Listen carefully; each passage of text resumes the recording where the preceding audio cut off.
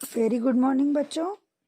मैं आपको कार्यालय हिंदी सिखा रही हूँ और मैंने अभी तक आपको तरह तरह के पत्र, अनुस्मारक, परिपत्र, सब तरीके की चीज़ें बताई। इन्हीं के अंतर्गत मैंने आपको औपचारिक पत्र लिखने सिखाए थे। आज मैं आपको सरकारी पत्रों को लिखने की श्रृंखला में अर्ध सरकारी पत्र संबंधी जानकारी दूंगी। मैं आपको बताऊंगी कि अर्ध सरकारी पत्र कैसे लिखे जाते हैं। अर्ध सरकारी का हम शब्दार्थ देखें तो अर्ध माने आधा और सरकारी माने आप जानते हो गवर्नमेंट वाला। तो ऐसा पत्र जो आधे रूप से सरकारी है। अब आपको लगता होगा कि ऐसा कैसा पत्र है कि आधा सरकारी है और आधा सरकारी नहीं है। तो हम इसके लिए इसके ध्यातव्य बिंदुओं पर पहले विचार करेंगे ताकि आपको क्लियर हो जाए कि अर्ध सरकारी पत्र किस तरह का होता है। फिर मैं आपको अर्ध सरकारी पत्र का ही एक नमूना पढ़कर सुनाऊंगी। ठीक है, सबसे पहले देखते हैं हम कि अर्ध सरकारी पत्र में अनौपचारिकता का भी समावेश होता है। अनौपचारिकता जो औपचारिकता नहीं है, और मैंने बताया था कि सरकारी पत्रों में मैं आपसे बोलती हूँ ना कि यहाँ पर जी नहीं लगाते, रेस्पेक्टिव वर्ड्स नहीं लगाते, है ना। ऐसा नहीं करते कि आप उसमें नमस्कार करें या आप उसमें उनको बहुत ज़्यादा रिगार्ड दें, श्रीमान, ऐसे शब्द नहीं लगाए जाते हैं। लेकिन जो अर्ध सरकारी पत्र है इसमें थोड़ा सा अनौपचारिक जो बातें हैं उनका भी समावेश होता है। इसमें मैत्री भाव होता है। ये पत्र तब लिखे जाते हैं जब पत्र लिखने वाले अधिकारी की संबंधित अधिकारी से व्यक्तिगत संबंध हो। समझ रहे हैं ना आप मेरी बात का मतलब? जैसे आप एक अधिकारी हैं और दूसरे डिपार्टमेंट का जो अधिकारी है वो कहीं ना कहीं आपका परिचित भी है, आपका रिलेटिव भी हो सकता है या आपका एक अच्छा मित्र भी हो सकता है जिसको आप पर्सनल वे पर जानते भी हो। तो वो जो पत्र होगा वो अर्ध सरकारी के कैटेगरी में आएगा। दूसरी बात, अर्ध सरकारी पत्र उस समय लिखा जाता है जब किसी खास मामले पर संबंधित अधिकारी का ध्यान व्यक्तिगत रूप में आकर्षित कराना होता है। समझ गए आप मेरी बात का मतलब? एक तो चीज़ हुई कॉमन वे में जा रही है कि एक संस्था को हमने पत्र लिख दिया, अब संस्था उसको जैसे चाहे देखे।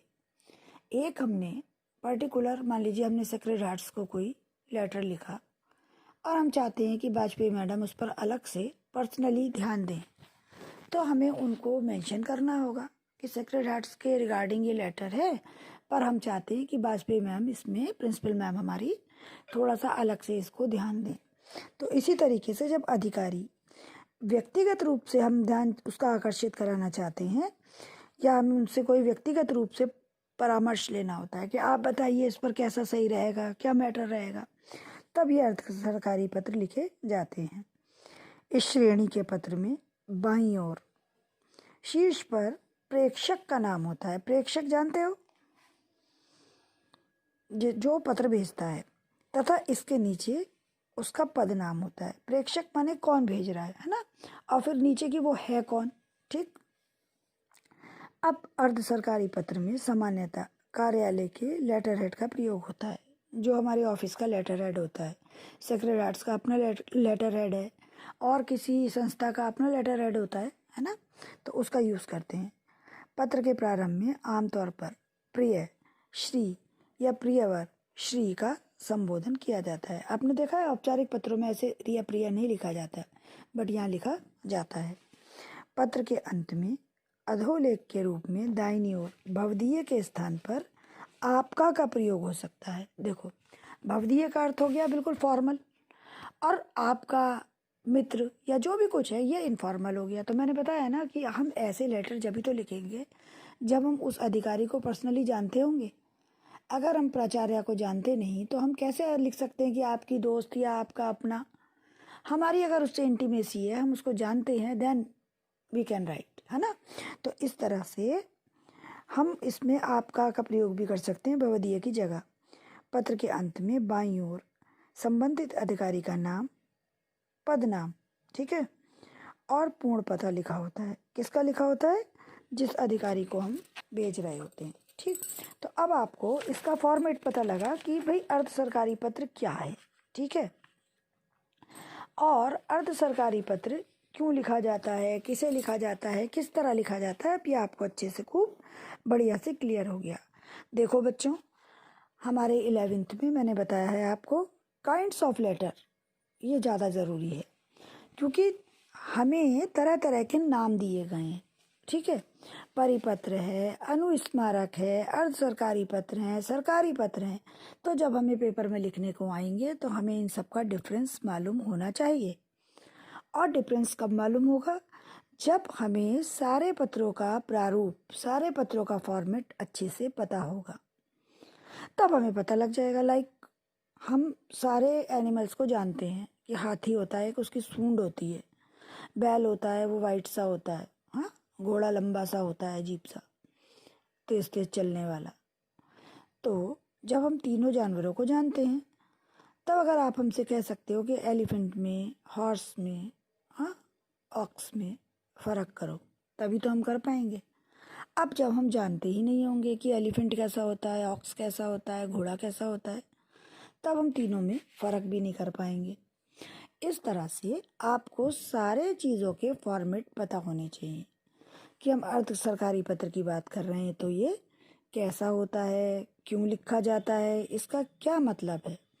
परिपत्र है तो उसका क्या मतलब है, अनुस्मारक है तो उसका क्या मतलब है। जब हमने सारी चीज़ें आपको बता दी, और अगर पेपर में आपसे डिफरेंस पूछा गया तो क्या डिफरेंस नहीं बता पाओगे कि भाई अनुस्मारक एक रिमाइंडर लेटर है जिसका हम, जब हमारे पास जवाब नहीं आता तब हम उसका यूज़ करते हैं। और परिपत्र एक ऐसा पत्र है कि जो एक ही कई सारे डिपार्टमेंट्स को लिखा जाता है, पर उसकी भाषा शैली बिल्कुल एक सी होती है। जैसे हम लोग मैरिज कार्ड बांटते हैं, सब पर अलग अलग एड्रेस लिख कर एक ही शादी का कार्ड बांट देते हैं, ये परिपत्र हो गया। इस तरह से आपको अर्ध सरकारी पत्र का मैं एक फॉर्मेट सुनाती हूँ, देखो ध्यान से।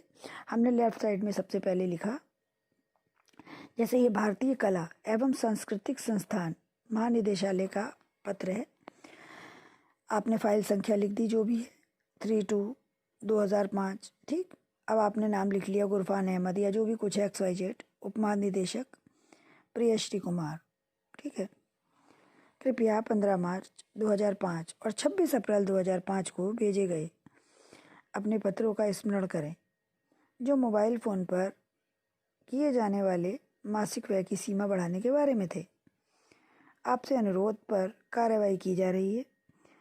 चूँकि व्यय सीमा में बढ़ोतरी के लिए बोर्ड की अनुमति आवश्यक है, अतः इस मामले पर बोर्ड के निर्णय से हम आपको अवगत करा देंगे।